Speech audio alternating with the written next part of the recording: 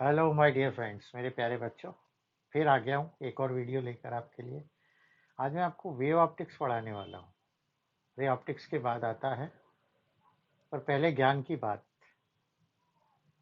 कि बच्चों, जीवन में कोई भी लक्ष्य मनुष्य के साहस से बड़ा नहीं हो सकता।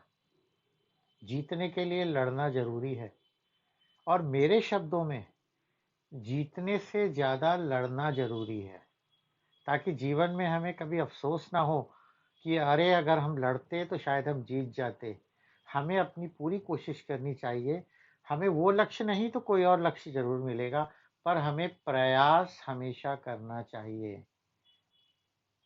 जो लड़ता है वही जीतता है। तो प्यारे बच्चों, today I am going to give you wave optics. बहुत इंपॉर्टेंट है ये। And wave optics questions are always asked in the examination in class 12th। Okay, date आज की बता रहा हूँ आपको। 28 अगस्त 2020 है आज। 28 अगस्त है आज। Initially you know very well, first of all what is wave optics, हमें ये बता देते हैं। Wave optics is also known as physical optics. और ये क्या है मैं आपको अभी बताता हूँ। You know very well, in optics we have ray optics and wave optics. In ray optics, the theory was proposed by Newton, and that was Newton's corpuscular theory. According to that, the light source always produces very tiny particles, corpuscles, and due to that, refraction is there. So in ray optics, the light travels in a straight line. That concept we are considering, and that is the macroscopic view of light or optics, in which we can easily prove rectilinear propagation of light, reflection, diffraction, etc. But ray optics or Newton's theory was failed to explain the phenomena like कौन से microscopic phenomena like interference, diffraction, polarization, etc. Then कौन आया? Huygens. So at that time, another optics came into existence, and the first it was proposed by Huygens, and later it was modified by Fresnel. इसको बाद में Fresnel ने modify भी किया था। Fresnel ने, फ्रॉनहोफर वगैरह ने भी काम किया इसमें बाद में। So wave optics is the branch of physics which deals with the study of interference, diffraction, polarization, कई जगह Z लिखते हैं, कई जगह एस भी देखा है मैंने, एटसेट्रा। ये इन्होंने किया, right. And according to Huygens और अकॉर्डिंग टू वेव थ्योरी से है क्या, कैसे वेव थ्योरी बताई? According to wave theory, the light travels in the form of wave, in the form of wave और ट्रांसवर्स वेव्स। तो वेव को medium में जाने के लिए कोई एक मीडियम भी होना चाहिए। If it is propagated somewhere, then we need a medium. So according to this wave theory of light, the light travels in a medium in the form of transverse wave, and they give a medium ether, पर मैंने कई जगह पढ़ा इसका नाम एथर होता है। ये होता है, ये करेक्ट है, नॉट ईथर। कई जगह ईथर लिखा हुआ मिलेगा आपको, but that is not ether. मैंने अभी बुक में भी देखा था, तो मैंने देखा कि अरे यार ये ईथर लिखा हुआ है, तो ईथर तो कहीं आ नहीं रहा है, तो that is ether. Okay, so the whole universe, the first point is the whole universe is supposed to be filled with a medium, a transparent medium known as ether, which is perfectly elastic, massless, and having very low density. Okay क्या बताया था उसने? मैं पूरी line ढंग से लिखता हूं ताकि आपको वेव थ्योरी समझ में आए. According to wave theory, whole universe is supposed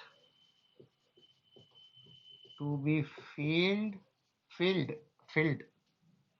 with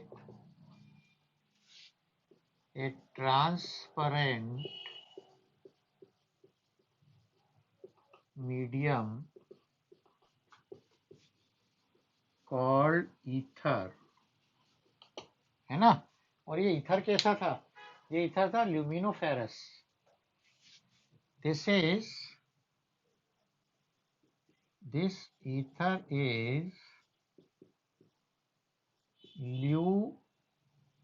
luminiferous, perfectly elastic, massless, and having very low density.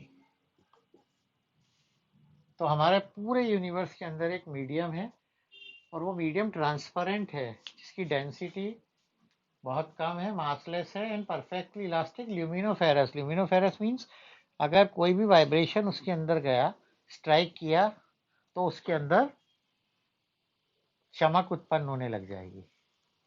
नहीं, चमक नहीं उत्पन्न होगी. अगर होगी तो फिर तो भाई वो जहां से जा रही है वहां तक पूरा पहुंचा देगी. ओके अपने आप नहीं होती इसके अंदर, है ना? Then second point, when a source creates disturbance in ether, then a wave is produced which can propagate with the speed of light in all directions.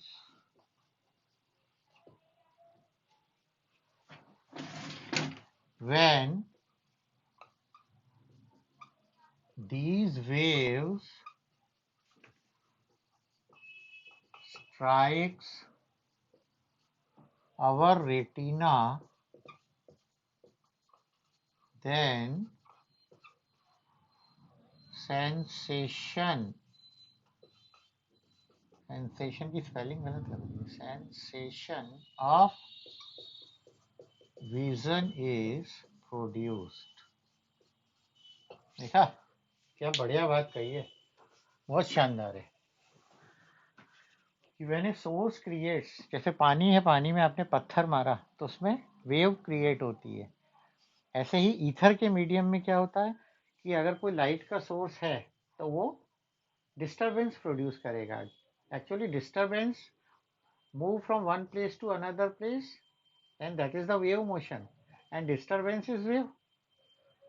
हमारे दिल में, दिमाग में कहीं भी अगर कहीं डिस्टरबेंस हुआ तो वो वेव प्रोड्यूस होती है.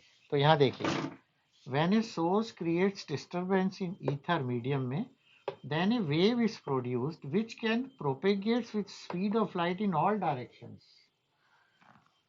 When these waves strikes our retina, हमारी आंख को टकराएगा रेटिना में, then sensation of vision is produced.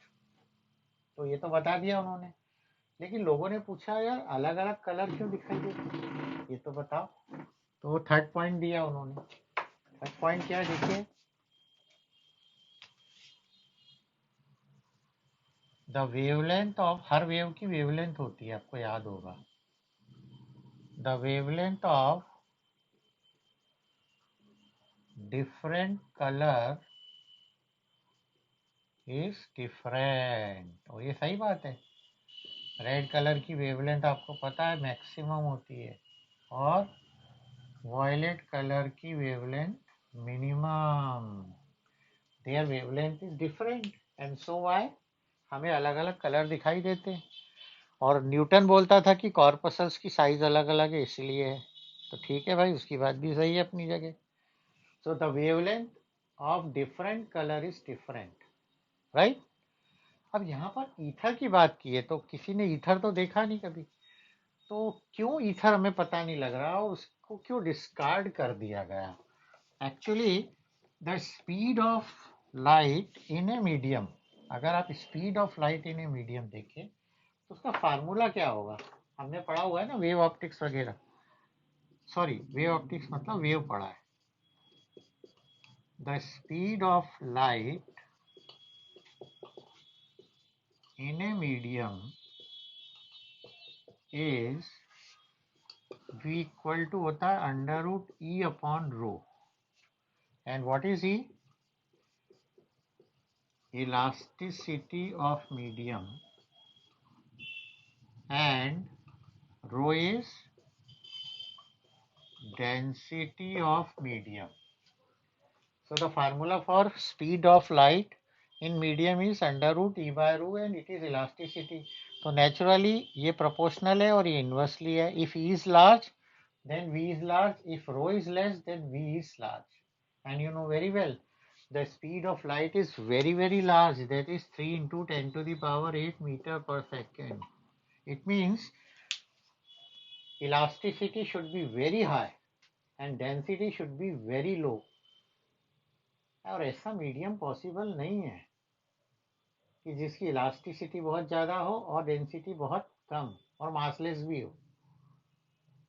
तो ईथर का एग्जिस्टेंस कभी भी डिटेक्ट नहीं हुआ, never detected the existence of ether because such A medium is not available. तब फिर इनकी हेल्प के लिए कौन आया? इनकी हेल्प के लिए आए मैक्सवेल आया, mister Maxwell. And Maxwell, you know very well, he proposed electromagnetic theory of waves. कौन आया इसके बाद? Maxwell. He proposed electromagnetic theory of waves, यानी EM waves। अरे जिसकी वजह से आप सुन पा रहे हैं, मोबाइल देख पा रहे हैं, टीवी देख पा रहे हैं। And he proposed that the electromagnetic wave is a combination of both electric field vector and magnetic field vector perpendicular to each other and also perpendicular to the direction of propagation of wave। और फिर इसकी help से उन्होंने prove करके बताया कि चलो भाई ये इंटरफेरेंस, डिफ्रैक्शन, पोलराइजेशन बराबर प्रूव हो गया। लेकिन they are not able to prove with the help of wave optics. क्या क्या प्रूव नहीं कर पाए? फोटो इलेक्ट्रिक इफेक्ट प्रूव नहीं कर पाए, कॉम्पटन इफेक्ट प्रूव नहीं कर पाए, जीमैन इफेक्ट प्रूव नहीं कर पाए, ऐसे बहुत सारे एक्स रिफ्रैक्शन के इफेक्ट। तो अब क्या किया जाए भाई, ये तो नहीं प्रूव कर पा रहे। तब आइंस्टीन साहब आ गए और आइंस्टीन के साथ मैक्स प्लांक, आपको याद होगा, दैट इज क्वांटम थ्योरी आ गई। And in quantum theory there is a photon which is a particle of light, yani it is a quanta and that value of this E equal to h nu. Every photon consists of energy, a packet of energy, that is E equal to h nu, and with the help of this they can prove photoelectric effect, Compton effect, but they fail to prove interference, diffraction, polarization। मतलब एक चीज prove करता था तो दूसरी नहीं कर पा रहा था। इन लोगों ने मैक्सवेल या Huygens, they are not able to prove photo electric effect, Compton effect, Zeeman effect, इनको नहीं प्रूव कर पा रहा था। और आइंस्टीन मैक्स प्लैंक की थ्योरी जो क्वांटम थ्योरी थी, according to that they can prove this, but they are not able to prove interference and diffraction. तो सबसे लास्ट में आए हमारे प्यारे डी ब्रॉगली। और डी ब्रॉगली का आपको मालूम है ड्यूअल नेचर ऑफ मैटर। उन्होंने बोला कि अगर रेडिएशन है, मतलब वेव है, तो मटेरियल की वजह से है। It means nature love symmetry, इसका प्रिंसिपल यही था। क्या प्रिंसिपल था? Nature love symmetry. It means A particle possess both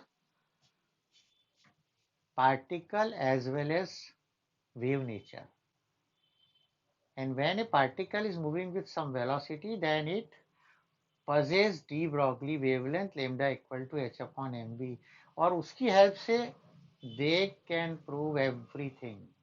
Interference, diffraction, polarization, photoelectric effect, Compton effect, Zeeman effect, सब का सब प्रूव हो गया।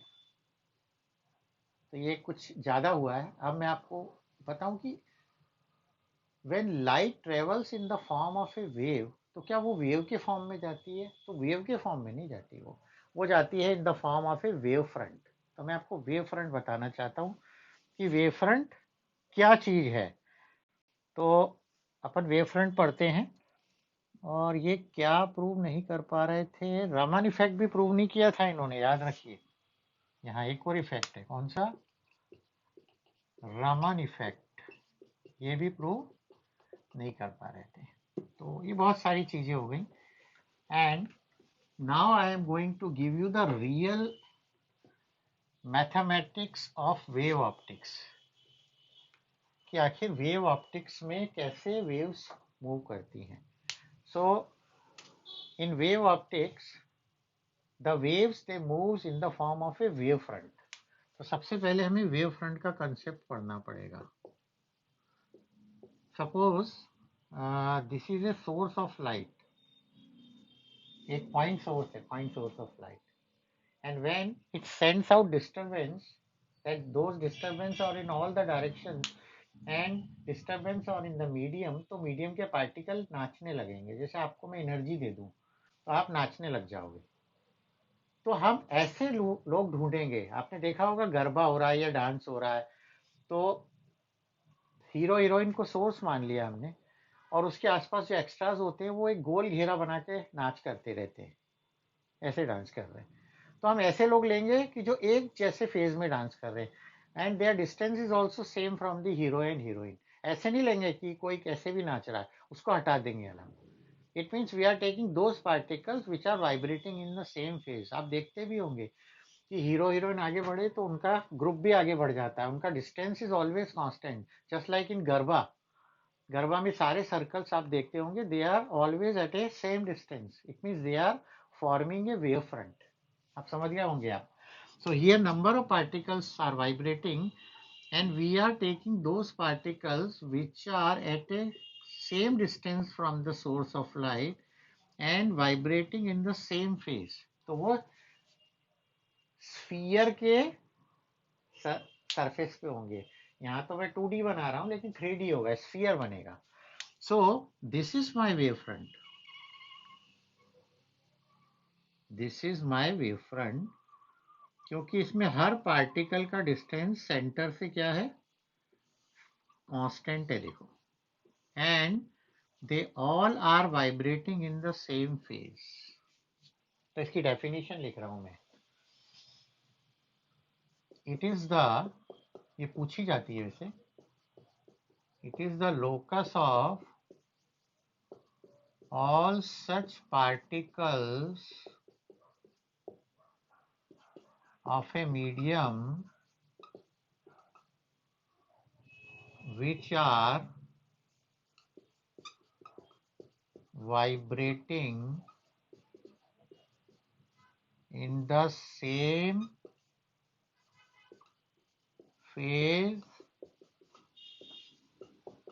at that instant of time। बहुत बढ़िया डेफिनेशन है ये, समझा रहा हूँ आपको। देखिए, आप इसके लिखना भी पड़ सकती है, वेव फ्रंट भी लिख सकते हो इसकी जगह। it is the locus यानी when they follow a condition that is known as locus. तो condition क्या है कि उनका distance fix है and they are in the same phase, वो हम आगे लिख रहे हैं. It is the locus of all such particles of a medium which are vibrating in the same phase at that instant of time. तो क्या एक ही बनेगी वेव फ्रंट? नहीं, और भी तो हो सकती है. ये देखो,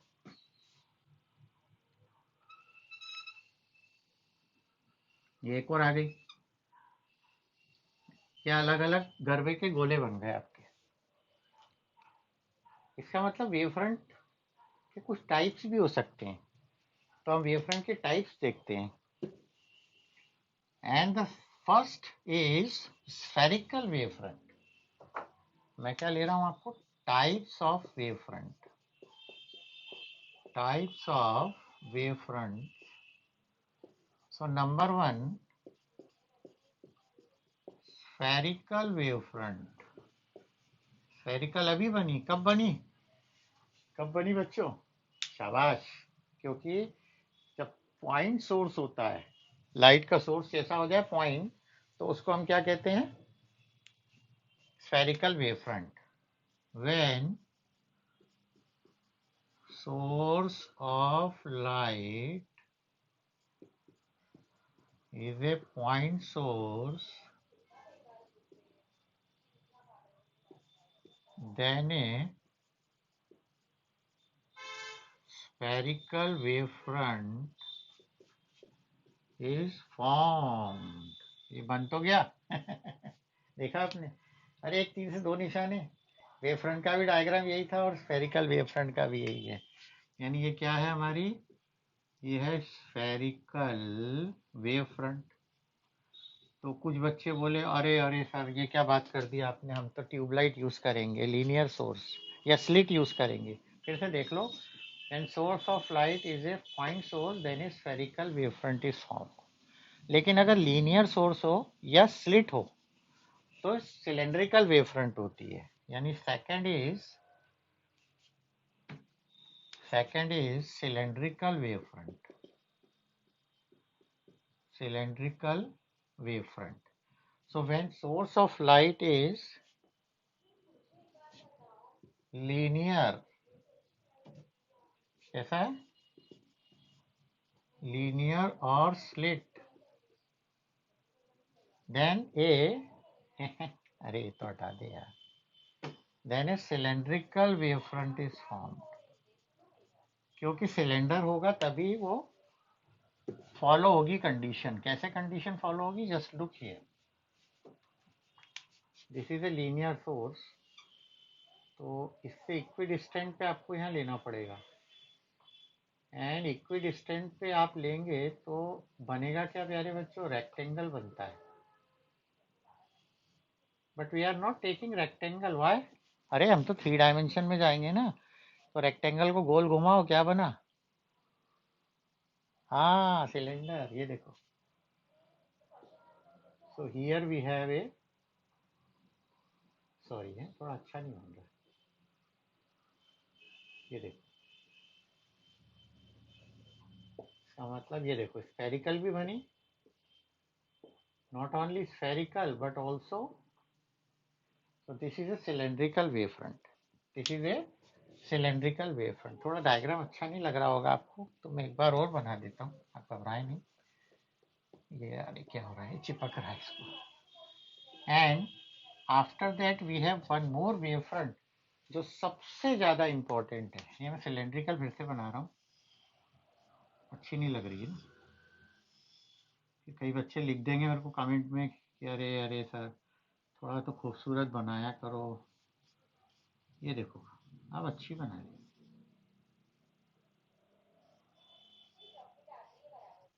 है ना. है ना बढ़िया.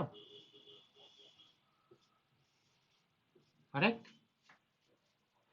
पर जो लाइट सोर्स होता है उससे हम हमेशा पास में थोड़ी रहते हैं, दूर भी तो रह सकते हैं. तो जब हम दूर रहते हैं बहुत उससे, it means when source of light and observer are lie at infinite distance. Infinite मतलब ये नहीं कि वो पहुंचा नहीं जा सकता, पर दूर है. It is not measurable at that time. then a plane wavefront is formed. So third type of wavefront, which is very, very important, is plane wavefront. कौन सी wavefront? Plane wavefront. So when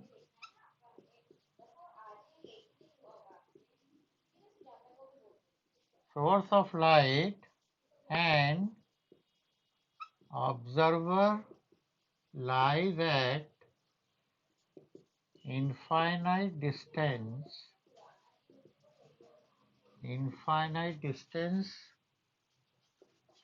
away from each other, then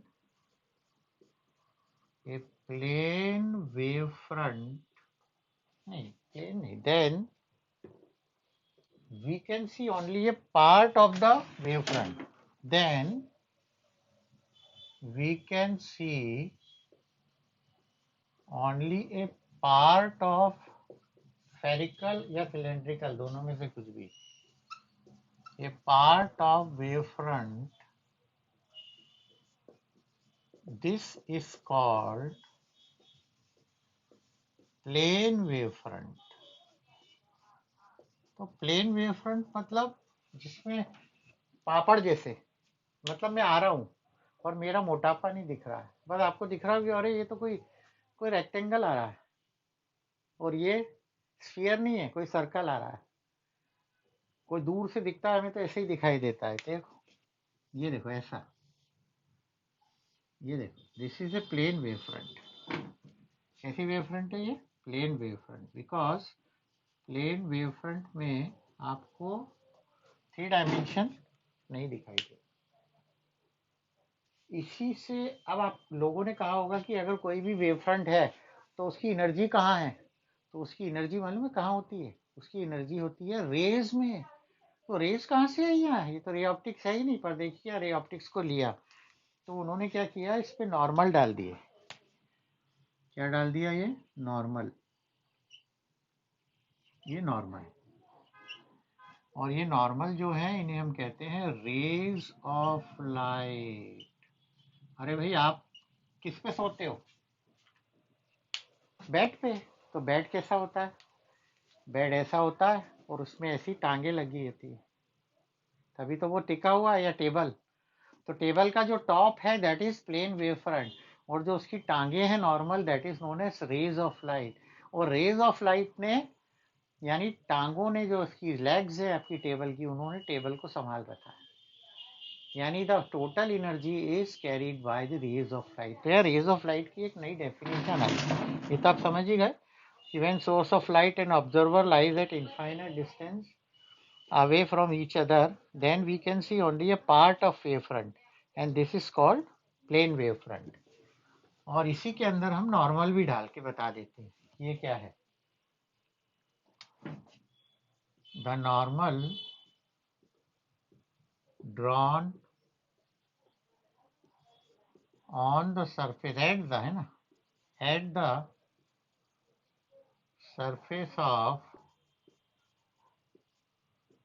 plane wavefront gives rays of light. The total energy of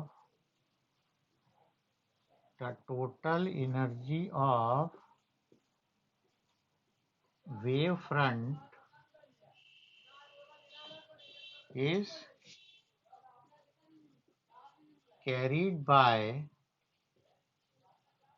rays of light। यानी अगर ये नहीं होगी तो भैया कोई काम का नहीं। जैसे कि मान लीजिए कि आपको कोई उठा के ले जा रहा है पलंग पे या बिस्तर पे, 4 लोग ऐसे ले जा रहे हैं, तो अगर वो छोड़ देंगे तो आप गिर जाओगे, क्योंकि वो आपकी रेज ऑफ लाइट है and they carries total energy. फिर से बता रहा हूँ, देखिए, the normal drawn at the surface of plane wave front gives rays of light.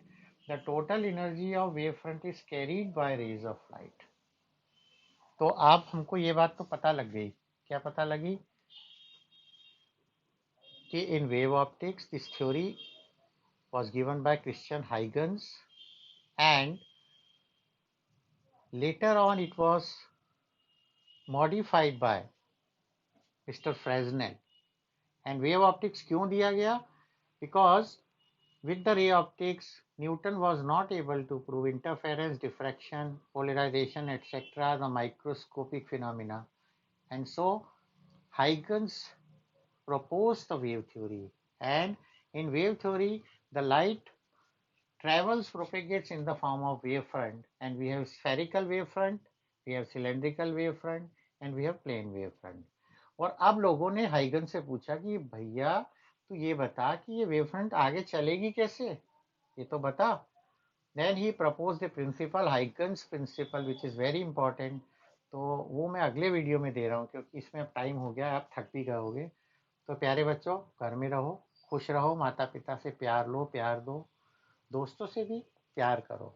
And if you like this video, please subscribe it, like it, share it, comment it. Okay प्यारे बच्चों, bye, thank you.